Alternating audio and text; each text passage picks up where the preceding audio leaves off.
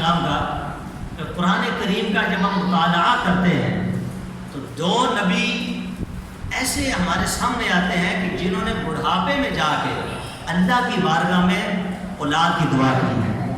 ایک حضرت ابراہیم علیہ السلام اور دوسرے حضرت زکریا علیہ السلام۔ حضرت ابراہیم علیہ السلام نے رب کی بارگاہ میں دعا کی، ربی ہب لی من الصالحین۔ جوان تھے، بڑھاپا آ گیا، اولاد نہیں۔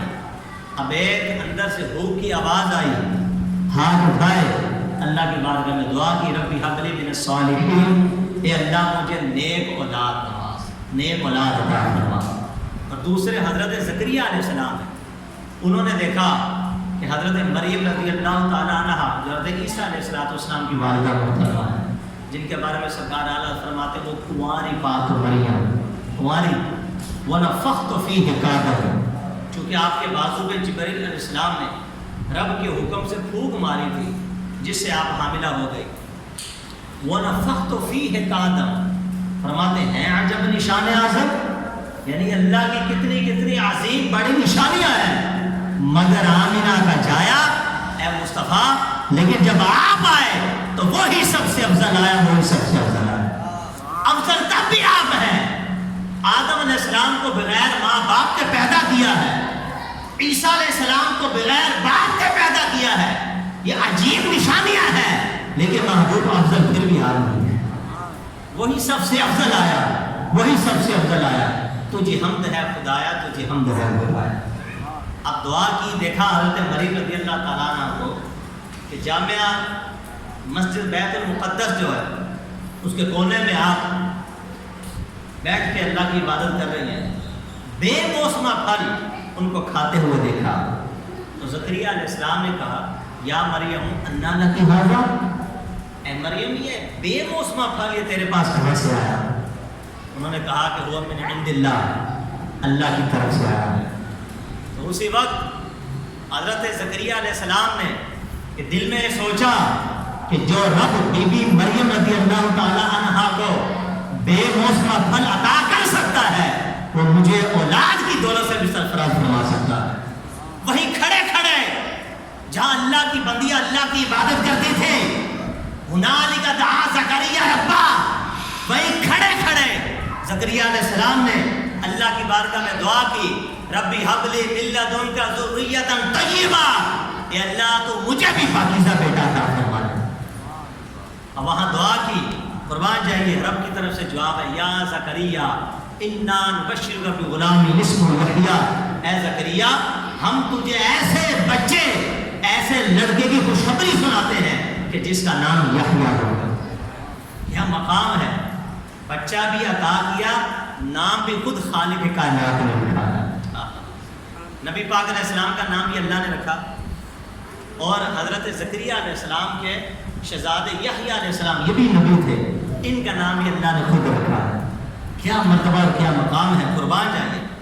یہاں لفظ ہنا کا ہمیں یہ بتاتا ہے کہ ہنالک دعا زکریا، وہیں کھڑے ہو کر زکریا علیہ السلام نے اللہ کی بارگاہ میں دعا کی، یعنی جہاں دیکھا کہ حضرت مریم رضی اللہ تعالیٰ عنہ کو بے موسمہ پھل عطا کیا جا رہا ہے، وہیں کھڑے کھڑے دعا کی، نہ تو مسجد کے دوسرے کونے میں گئے، نہ اپنے گھر گئے، نہ مسجد سے باہر گئے، بلکہ جہاں رب کی رحمت کو اترتے ہوئے دیکھا وہیں کھڑے کھڑے دعا کی۔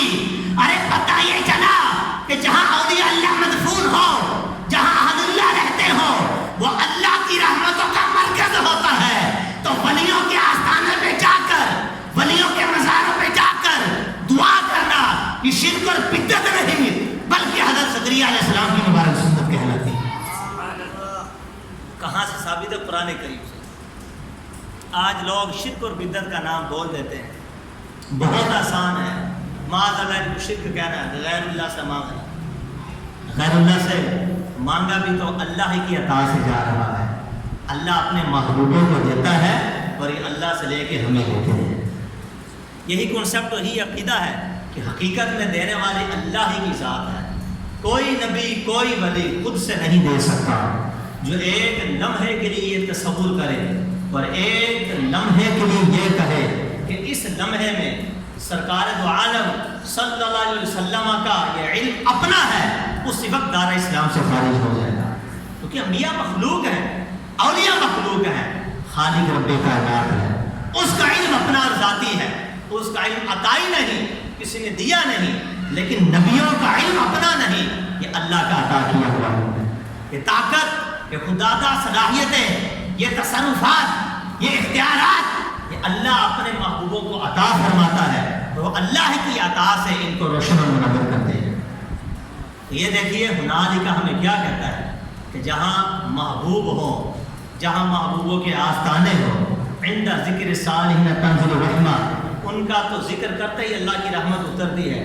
جہاں وہ خود بیٹھتے ہیں، جو ان کی چلا گاہیں ہیں، جہاں وہ آرام فرما رہے ہیں، یہ رحمت اترنے کا مرکز نہ تو پھر اور کیا کہا جا سکتا ہے۔ تو لہٰذا یہ دو دعائیں، ایک تو زکریا علیہ السلام نے کی اور ایک دعا ابراہیم علیہ السلام نے کی بڑھاپے کی عمر میں، رب ہب لی من الصالحین، اے اللہ مجھے نیک بچہ عطا فرما۔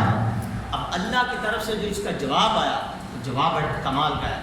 فرمایا فبشرناہ بغلام حلیم، ہم تجھے برداشت والا لڑکا عطا کرتے ہیں، ہم تجھے حلم والے بچے کی خوشخبری دیتے ہیں۔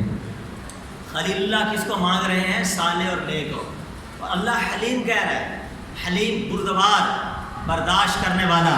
ابھی بھی نہیں سمجھے، یعنی فرمایا جا رہا ہے کہ وہ تو خود نبی ہوں گے، نبی تو نیک ہی ہوتا ہے، متقی پرہیزگار ہوتا ہے۔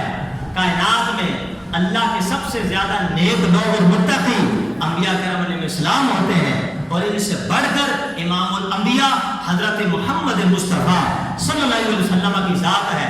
تو حکم ہوا فبشرنا بغلام حلیم، ہم تجھے برداشت کرنے والے بچے کی خوشخبری سناتے ہیں۔ اس کی وجہ یہ ہے کل وہ دن آئے گا جب ہم خواب میں تجھے دکھائیں گے کو تو اپنے بیٹے کو ذبح کر رہا ہوگا۔